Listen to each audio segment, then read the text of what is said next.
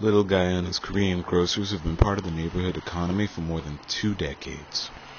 But, after more than 20 years, Korean grocers continue to exist as outsiders in a community that is dominated by outsiders, namely Indo-Caribbean migrants from Guyana, Trinidad, India, and Pakistan.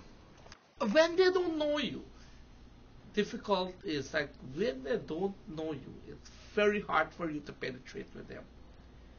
You would go and offer them something for $40, and they will buy that for 42, and they still will not buy it for you. They are like a serious kind of people.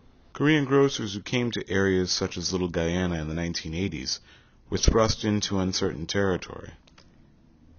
Residents looked upon these new migrants with suspicion and disdain. At the time, Korean merchants in black neighborhood played the role of middleman, connecting white supplier, wholesalers, and low-income minority customers.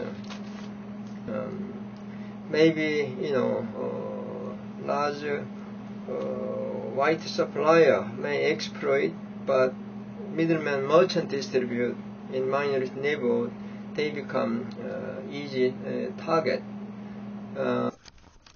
In New York, this tension reached its tipping point in the early 1990s, when residents in Harlem and Jamaica, Queens, came out and protested their treatment at the hands of Korean business owners. In Los Angeles, however, frustration with Korean grocers erupted into open violence. Yeah, so in this violence that Koreans suffered, many Korean Americans felt that they were abandoned by the U.S. government. And I think, many Korean immigrants felt upset because we had reached out, we were, donating to political campaigns, we were involved in the community. How could we not have been protected, or how could people have just abandoned us? Korean grocers in Little Guyana were spared from the destruction that claimed hundreds of businesses in Los Angeles. However, the significance of these riots continues to resonate with many in the Korean community.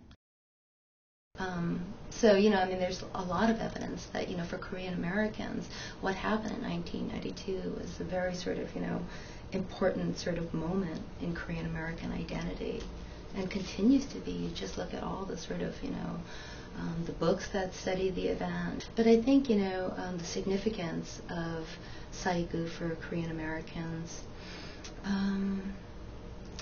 I think the significance lies in, the great damages and inflicted upon the Korean American community, even though Korean Americans represented, a very small percentage of the population.